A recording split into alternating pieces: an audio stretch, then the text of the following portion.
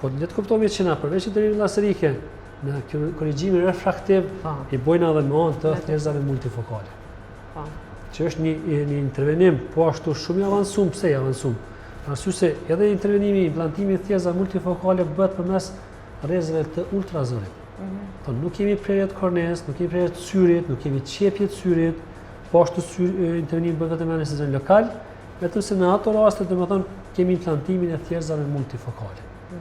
Tash kemi të llojet më të reja të mundshme të thjerëzave multifokale që ne i përdorim në klinikë.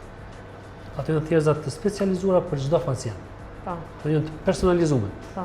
Nëse duan ta bëjë atë intervenim realisht, bëhen matjet e syrit që kemi shpjeguar me doktor Valvorin aty jashtë, do të bëhet në disa aparate që duhet të matet syri, që ne të dërgojmë në kompaninë përkatëse atje, që ata ta provojnë thjerëzën në bazë të parametrave të syrit të pacientit. Është thjerëzë personalizuar për atë pacient.